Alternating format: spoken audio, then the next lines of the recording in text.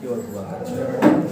मात्र 5-6 दिनों के ऐसे गुरु के संस्कार उस पत्थर को प्राप्त होते हैं जिसके माध्यम से वह पत्थर भी परमात्मा बन जाता है। क्योंकि ये तो पूरा भारत ही नहीं अपितु विश्व जानता है कि प्रभु जैसा, गुरु जैसा सानिध्य जिसको मिलता है वह अपने आप ही एक भगवान का रूप बन जाता है।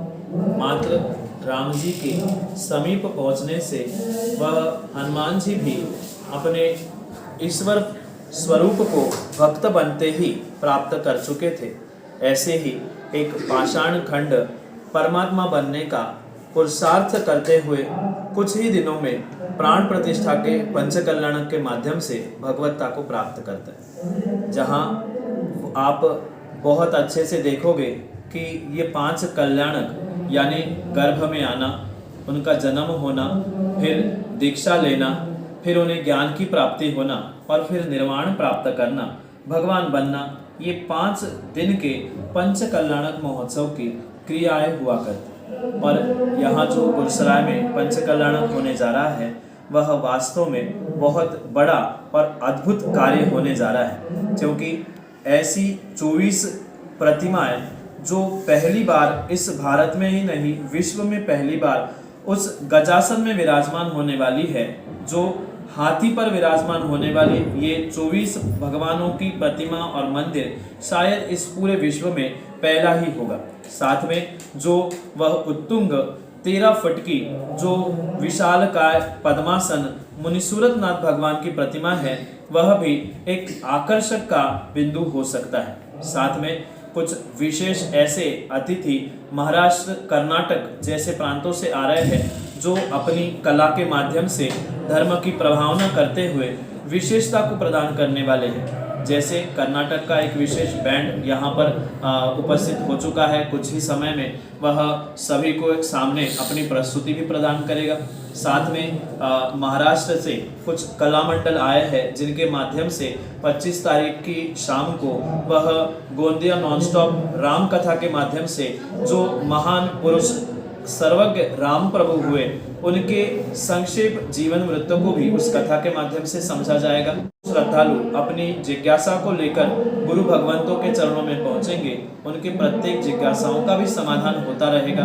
और प्रतिदिन गर्भ कल्याण क्या होता है, जन्म कल्याण क्या होता है, पंच कल्याण क्यों कैसे किया जाता है, इसका भी विशेष रूप से वर्णन पूरे दिन भर आप समय समय पर सुबह गुरु आदि के माध्यम से, दोपहर में पंडितों के माध्यम से और रात में साक्षात मंचन यानी नाटक आदि के माध्यम से आप देख सकते हैं। ये अद्भुत क्रिया मात्र और मात्र विरले ही पुण्यात्मा जीव जो श्रद्धा से भरे होते हैं उनके लिए ही प्राप्त होता है।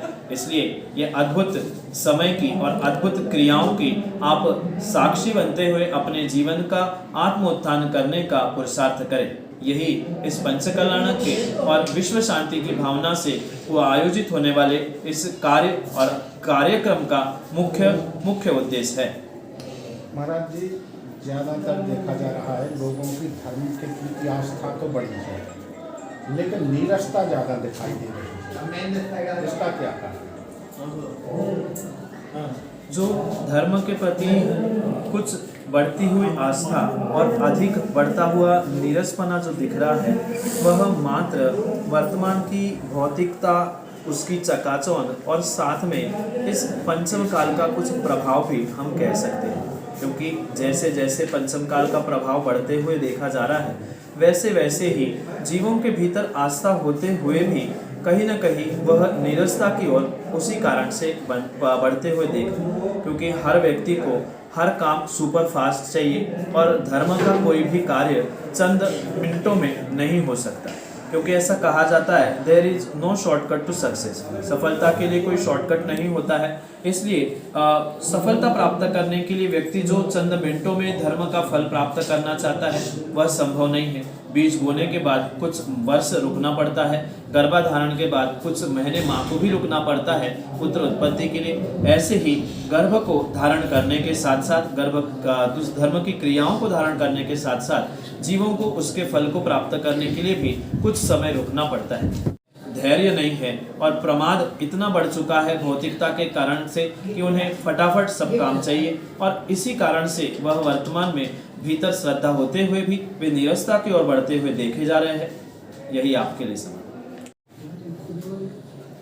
भारत का भविष्य अगर हम वास्तविकता में देखें तो वह उत्कृष्ट हो सकता है अगर हम हमारे पुराने पूर्वजों का और पुराने हमारे स्वयं के ही इस भारत में जन्मे हुए महान महान आत्माओं का स्मरण करने लग जाए। वर्तमान में परस्पर में एक दूसरे के प्रति जो ईर्ष्या राग द्वेष भाव उत्पन्न हुए हैं उनको छोड़कर अगर पूर्व धर्म संस्कारों के साथ हम आगे बढ़ते हुए ये निर्णय करें कि हम सब एक थे, एक है और एक रहेंगे, तो नियम से पुराना हमारा भारत मात्र भारत ही नहीं, वास्तव में वो हिंदुस्तान भी बनने की और अखंड हिंदुस्तान बनने की संभावना है। यही भावना सभी जीव, सभी श्रावक, सभी जनमानस रखे तो नियम से हमारा ये भारत देश पुनः इस पूरी धरा पर, पूरे ब्रह्मांड में एक उच्च स्थान पर पहुंच सकता है।